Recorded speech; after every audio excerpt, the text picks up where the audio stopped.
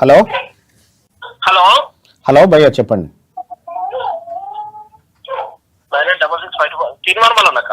అవును bye sir, మీరు తీన్మార్ మల్లన్నతోనే మాట్లాడుతున్నారు.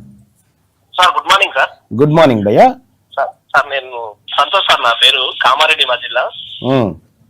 అన్నా నేను మీ రెగ్యులర్ గా నేను ఫాలో అవుతాను అన్నా.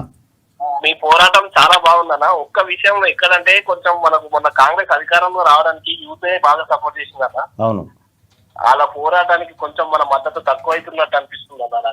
అంటే ఒకటి ఏంటంటే ఇక్కడ యూత్ పోరాటం అనేది రాజకీయ పోరాటంగా మార్చాలనేదే మన ఉద్దేశం.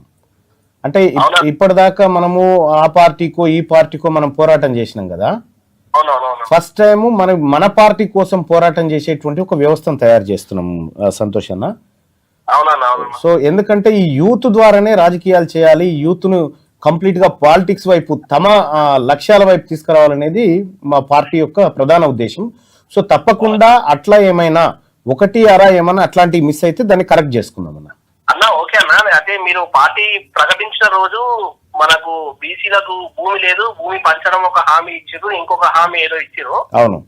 ఎట్ ది సేమ్ టైం అట్లా అంటే పార్టీ పేరు మీద పెద్ద ప్రకటనలు తీసుకున్నప్పుడు అందులో యువతను సంబంధించిన ఒక విషయం అయినా కానీ ఉండాలన్నది నా అభిప్రాయం అన్న. తప్పకుండా తప్పకుండా అన్న. అంటే మీకు సూచన ఇచ్చేటంత పెద్దోళ్ళం అట్లేం లేదన్నా. ఇప్పుడు నేను మీ మనిషినన్నా, మీరు చెప్పినట్టే వినాలి. నేను ఖచ్చితంగా నువ్వు మా మనిషి అన్నా, ఖచ్చితంగా నీ అధికారం వస్తుందన్నా. మీరు చేసే పోరాటం చాలా గొప్పది, చాలా సక్సెస్ఫుల్ గా కొట్లాడుతున్నారు. ఖచ్చితంగా సక్సెస్ అవుతారన్నా.